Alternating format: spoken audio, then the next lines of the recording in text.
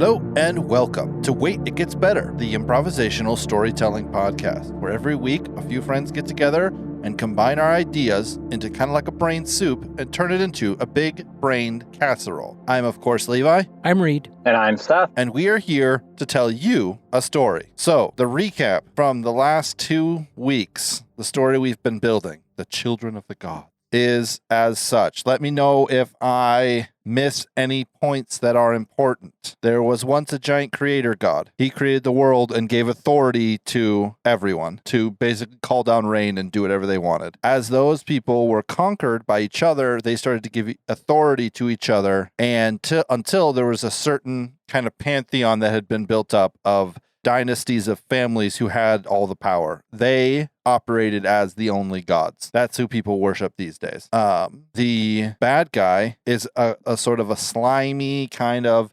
manipulator who goes to people and makes them think that they're taking charge of their life, where really he's kind of forcing them to all be reliant on him, therefore giving him a lot of power and authority over the world. Our anti-hero is a guy called, what's his name, Thomas? Is that what I had his name as? Yeah. Thomas. He is trying to kill the gods. And at first he was working with the villain, but since sort of realizing that the villain's all about power and not about just the destruction of the gods, he is kind of split off, and now he operates a town or a city that is kind of in opposition to the gods. They constantly burn lavender, I think is what it was, which repels, which the gods don't want to get into because it's like drugs for them, makes them go comatose. And also, it's also refining this material from the earth, which Thomas somehow knows how to do, that makes a substance that the gods like can't stop, or they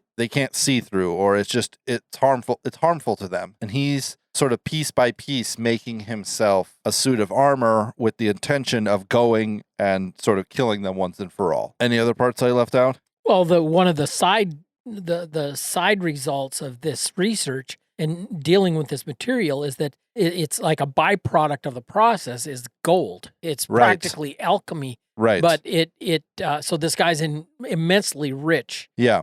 And he's creating industry, right? Because at first he had to hide the fact of what he was doing behind the idea of I'm creating industry, and he had all this gold all the time, and now gold is like dirt in this town, so still valuable, but not like nearly as valuable as gold typically is. I have kind of the idea that maybe gold is an important thing to the gods as well. Yeah, I have in my notes on in the development of the pantheon that I don't know if Seth originally said this or if I just wrote it down, that this whole process, this structure where the people, created in the image of God, and they had dominion, and it was like a powerful anarchy. People just took care of themselves and they managed their own disputes, and then but as different ones found they were powerful, they were given power to exert on their surroundings, and of course some people abused it, and just like in any anarchy, people don't like the insecurity, and eventually they'll yield freedom and liberty for security. And so that's kind of how this little by little people, you had these god kings kind of set up a kind of like a oligarchy. Yeah. And these god kings who aren't really, I have the kind of idea that they kind of build themselves as like the end all, like they're the ones who created the world. Yeah. But the truth and reality is that they are just sort of users of power themselves. Right. Their lives extended thousands of years, past the mortal man's lifespan because of all the power that they wield. But still, normal people, still given to normal failings. An intellect that is not heightened, it's not a deity level intellect. It's a bit more like the gods of, ancient Greece, where they kind of just acted like people, except they were just really powerful. Anyways. What story elements did you guys have? Well, I think we need to fill in some, that came into episode 2. Like, for example, the wise old woman, Deborah, a prophetess, she was attached to this secret order of hermits that had worshiped the true creator, and they kept alive the remembrance, and they wrote down, in the records that this wasn't the way it always was. And this sect is anyway, this Deborah had been carrying a lot of this she realized she was getting older, so she went out and searched for a replacement. And then she found out about Thomas, who didn't really buy into this whole thing and was kind of doing a side gig. And so she was reaching out to him. And then, of course, the quartet, the triplets. Right. Yeah.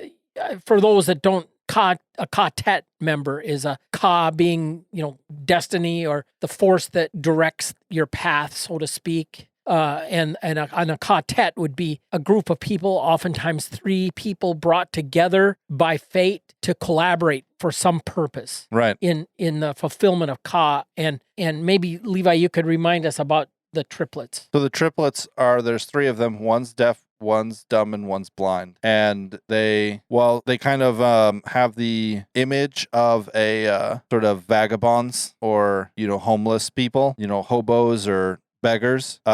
They're all very connected in the information game, mostly because the blind guy can receive images from his 2 brothers, and the deaf guy can speak things that his other brothers send him. No, the mute guy can speak. And the dumb guy can hear words from his brother. So they sort of all share the senses that they lack. And they have kind of come into this place, I would say partially under the sort of the gods, whatever role, the church or whatever ruling class still follows the gods, their behest. They were kind of paid to come into this town and kind of feel out what's going on, because the gods can't come because the lavender that's in the air will basically put them into like a euphoric coma, and the clouds of this smoke from this element they're creating will basically make it so the gods can't see or sense anything. So all their powers are basically nullified. So they send in this kind of group of weirdos,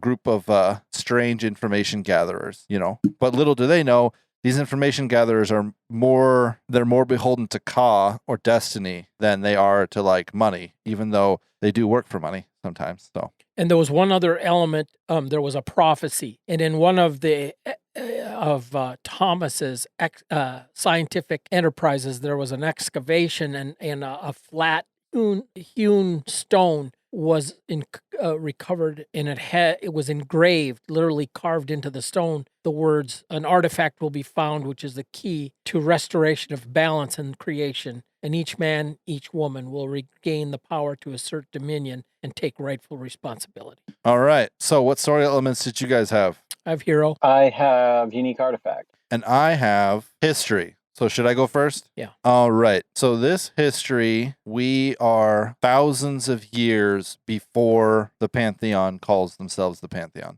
At this point in time, the people who we currently call the Pantheon, the little god states, the god of war, the god of love, the god of fertility, the god of nature, whatever. They are simply generals, CEOs, kings of these prospective nations, right? They have not risen yet to the place where they call themselves the god, these gods. And there is basically a system in place where the world has been, you guys familiar with what like a Dyson sphere is? No. Maybe if you explain it, but the name doesn't sound familiar. Reed? It sounds familiar to me, but I don't remember. Basically, it is a proposed superstructure. It's a hypothetical megastructure that completely encompasses a star and captures all of the power from the star. It's like what people say we'll need to make in like millions of years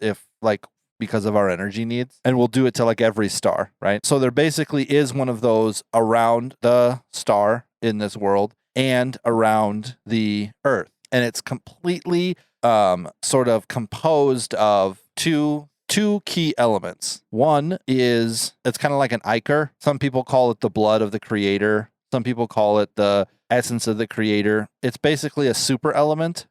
It is super conductive. It can transport energy and information.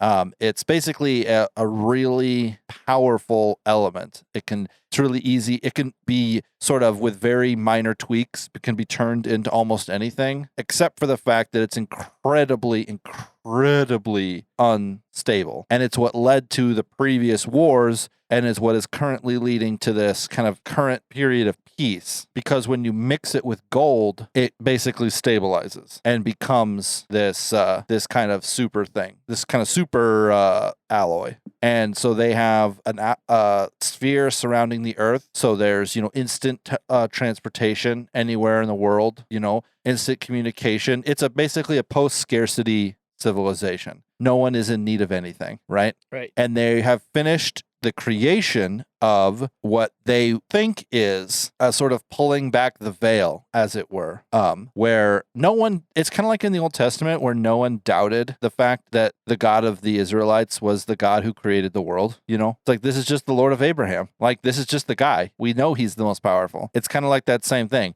Everyone understands that the creator is a person, and what they think that they have done by harnessing the power of the sun and harnessing the power of the planet and harnessing the power of, their own sort of science, magic/science, they are going to try and open up a world. They're going to basically open up a portal to where the creator is, right? Some people have said we are going to open it up and kill him. Some people have said we're just, there's like all these different philosophies, all these different mega powerful individuals have their own ideas.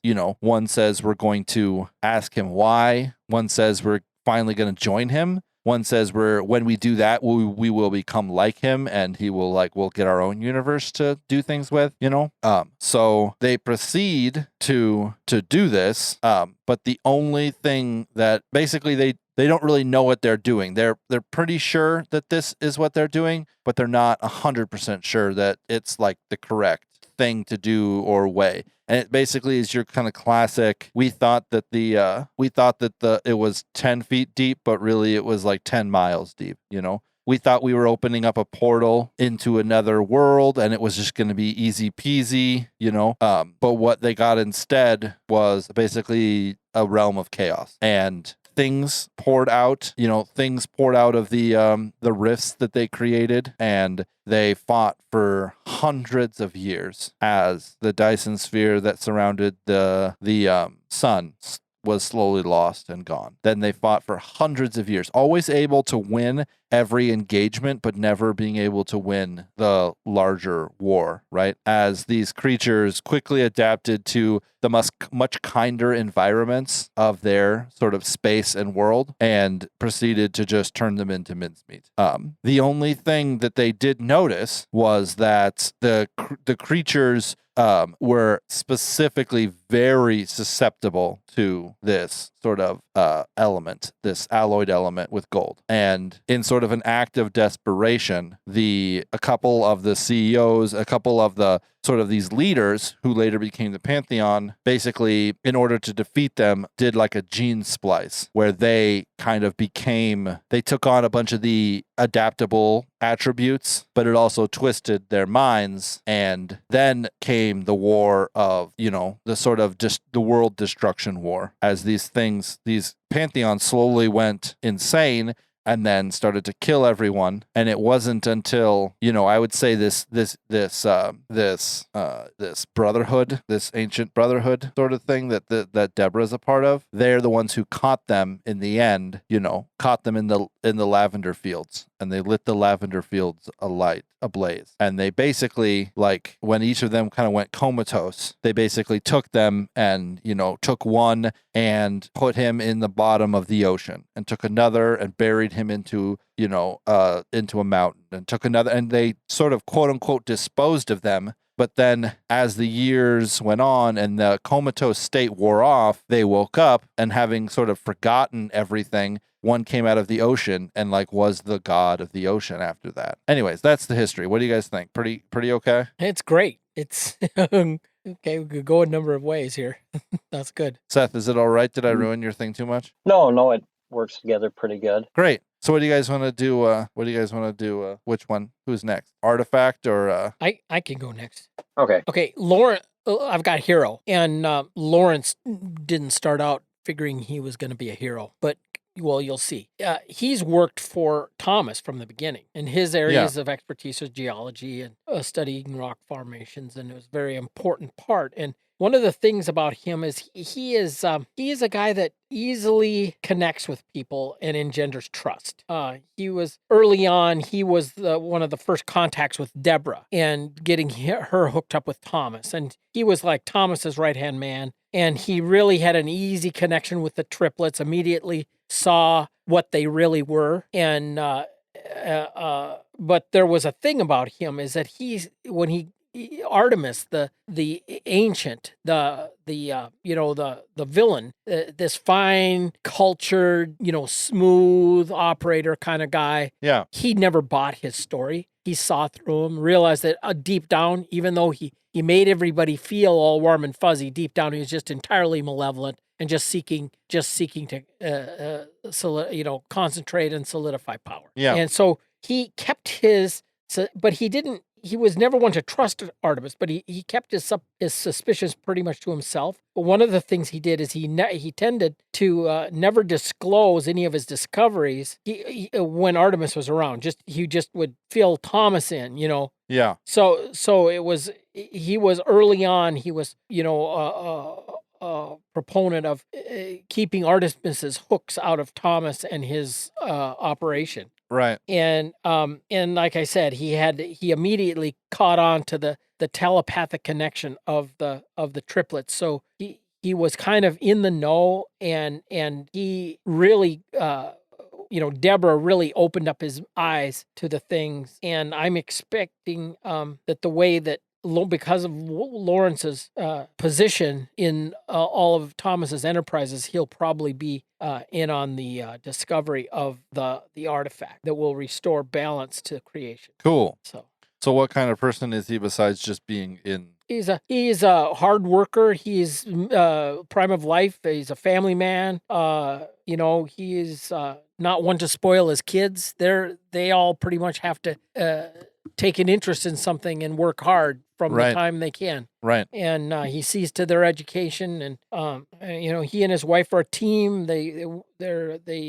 He's kind of a solid citizen type guy. Easy to be around because he just engenders trust. Cool. Okay. How about you, Seth? Should we hear about yours, or should we sort of try and figure out what's going on here? I'll kind of let you know what the artifact is. So the artifact is, so at some point, so one of the things that goes on is everything is, cycled through these pantheon kind of godheads, and like no one can plant grain, grow grain, harvest grain without their, blessing, their ability, like everything is cycled through them, even to the point of like population control. So like you can't have kids unless, let's say you get a blessing from the gods, or the priest, allows you to have, children. Right. So everything is very, like, everyone's genealogy is very, very traceable. And the reason for that is that it kind of keeps everyone into what kind of the gods have put together as this system where they were the creator gods, and they created these kind of subsidiary families. So at some point of this great catastrophe, the way they have it written out is that like they saved or brought back to life or created certain families inside of their realms. And so everyone can kind of trace their ancestry right back to these kind of sub-created families that each respective god technically created or brought into being.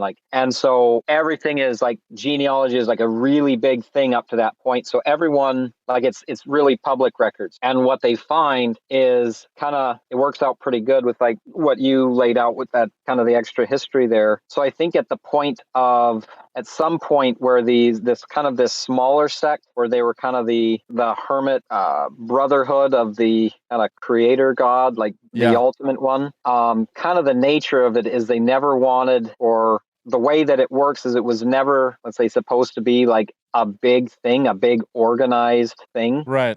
Just kind of a small, very true, like word, or like teacher to student to the next student to the next student of exactly what it was, kind of as it's passed on very interpersonally, because once it gets into a bigger thing, of course, people are going to vie for power and change. Well, it's really like this, or it's really like that. One of the things that they did in this kind of time period was that's where some of this genealogy starts, is they would have had kind of a rise of power or a position of respect amongst a lot of the people during that time period where they had most of the other, say, god kings locked away either in the ocean or the mountains or into the earth or, all these places. And so they would have kept this kind of genealogy and records. And so they kind of like went about the world as these kind of judges, kind of like living their life, passing judgment, giving, let's say, good moral direction and proverbs and, kind of the righteous ways to go about something and direction. And then just kind of keeping tabs of, these are the families of this area and these are the families of this area. And they did such,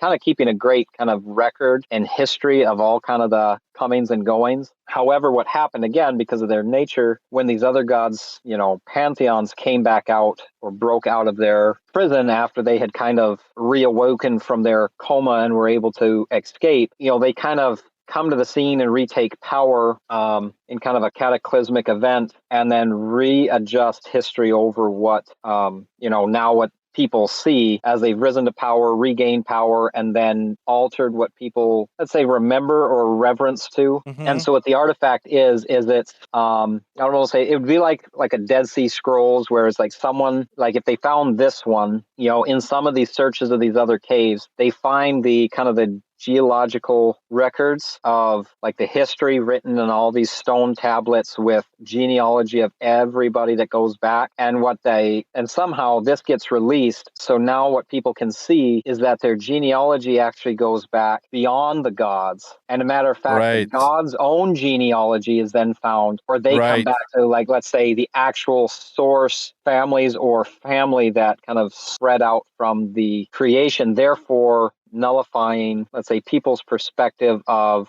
these god kings being anything more than people just like them. Yeah, exactly. And that would be a thing that's like really suppressed, It's like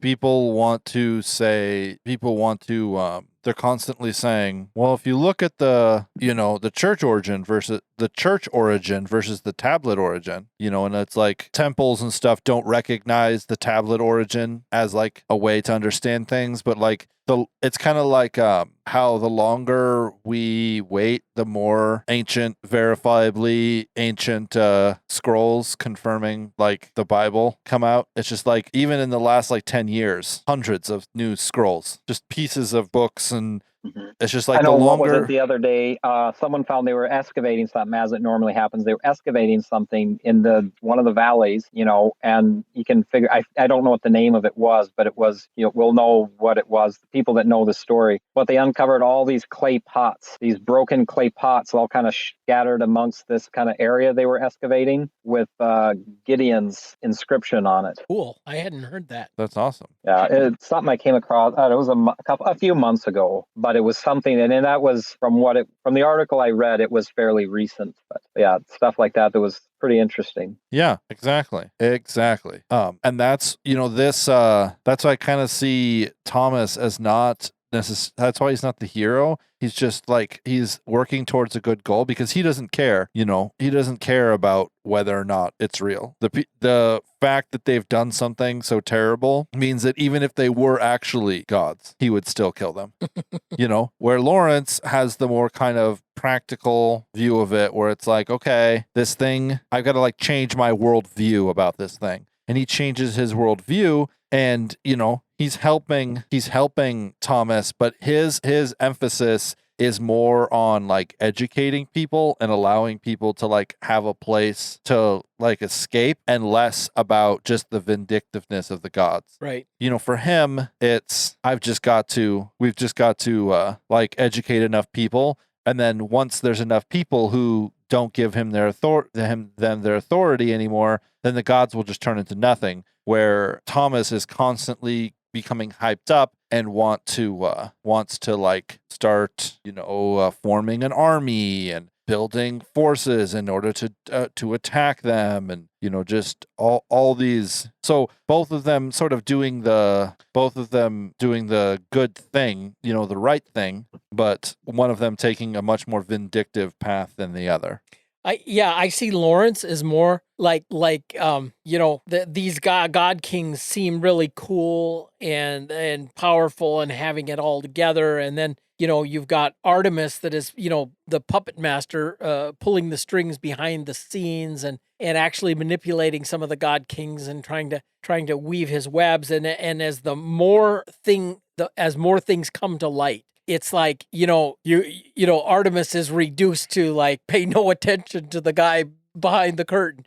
And like Lawrence is all about, hey, let's just pull back the curtain and see what we got here. Yeah. Yeah. So here's an idea. If this sounds good, what if Deborah is, it say, like Lawrence's aunt or like great aunt, some kind of family connection. So he's, let's say, already slightly on board. Let's say the place where this city that Thomas is developing keeps growing bigger and bigger as kind of his kind of new worldview of science and development and kind of this freedom of power of your own making, that you are responsible for yourself in this industry that he's creating around the city, is kind of on top of the site of an ancient city. And the hermit brotherhood kind of, or not necessarily brotherhood, but sisterhood, they know that. And that is where they know that the cave with all these tablets are there, but it wasn't time yet. Like no one would have accepted it. 100 years ago, no one would have accepted it, and it would have just been kind of shuffled under the table. Whereas now, on top of where this is,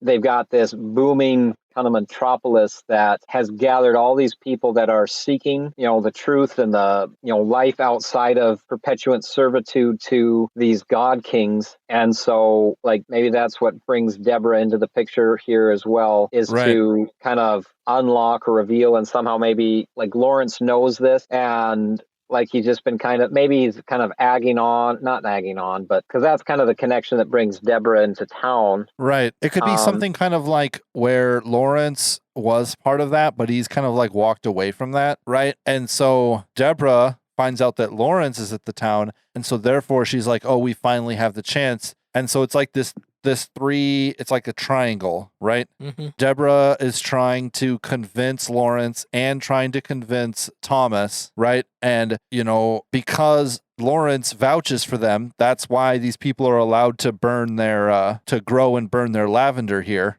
but it's because of Thomas's sort of rediscovery of the more technical and more advanced technology-based things that any of them actually have a chance, and maybe part of this unlocking has stuff to do with like the gold production. They find some way to harness power. It's just all very kind of like, we're discovering these crazy things. And if we pour gold into this mold, then, this cart like floats.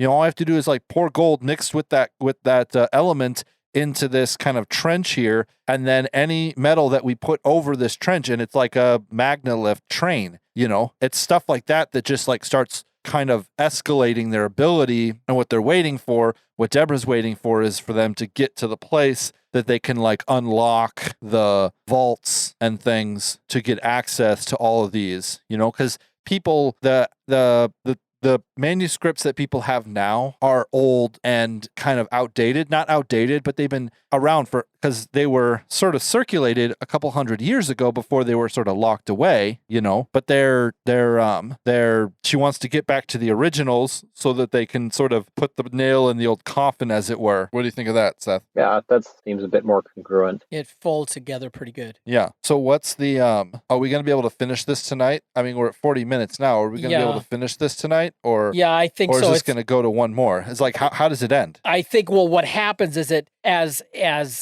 Artemis realizes that he is not getting any place with Thomas, he goes to the old god kings and he tries to work his magic, and they're all it's all become a very, conservative system where they're just kind of keeping control. Yeah. Keep it small and keep it all kind of thing, where, trying to limit population growth, trying to limit production, and using and as the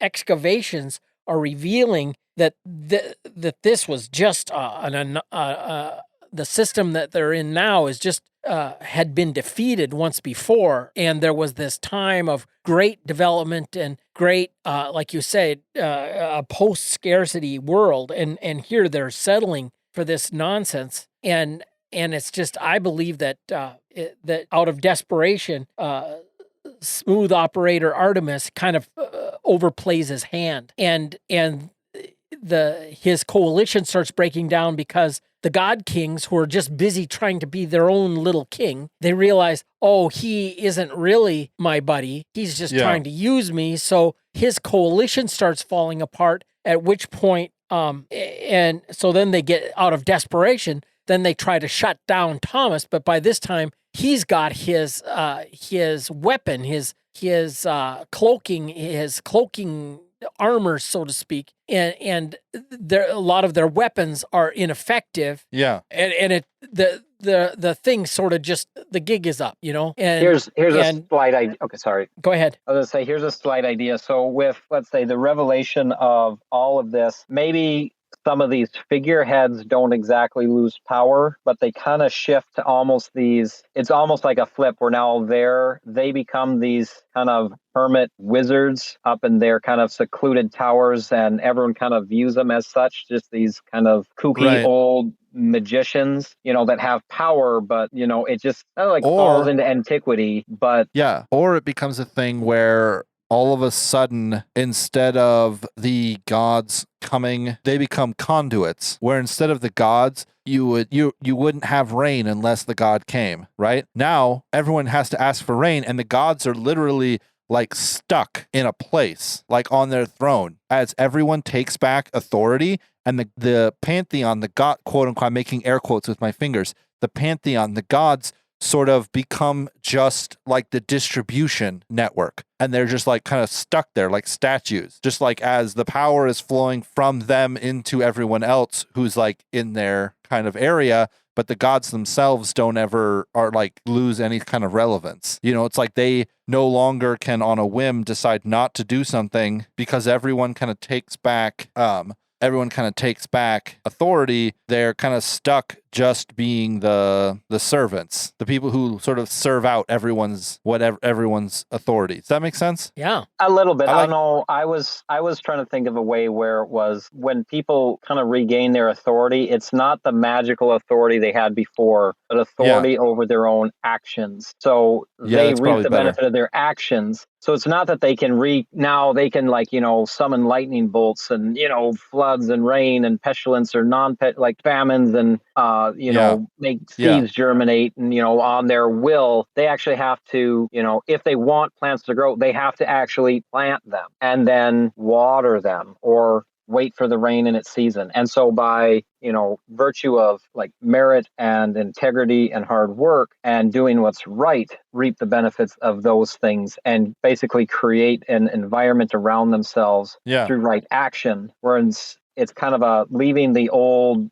so because they've already given their power up to these deities, and to regain it back isn't so much to regain the quote unquote magical powers, but the understanding that it's inside of their own actions to do right and wrong and put in the, plant the seeds and it'll grow. And to, understand, okay, now I can understand science. I'm going to put myself to study and I can get irrigation and I water this plant and I get it the right nutrients and the right nitrogen in the soil and, all this stuff, and I will grow good crops. And so if I put in that good work and that hard labor at the right times and the right seasons, I then create a good crop. Yeah, I like that. I think that's better. That's good. Yep. So how does it end up for Lawrence and what's his name?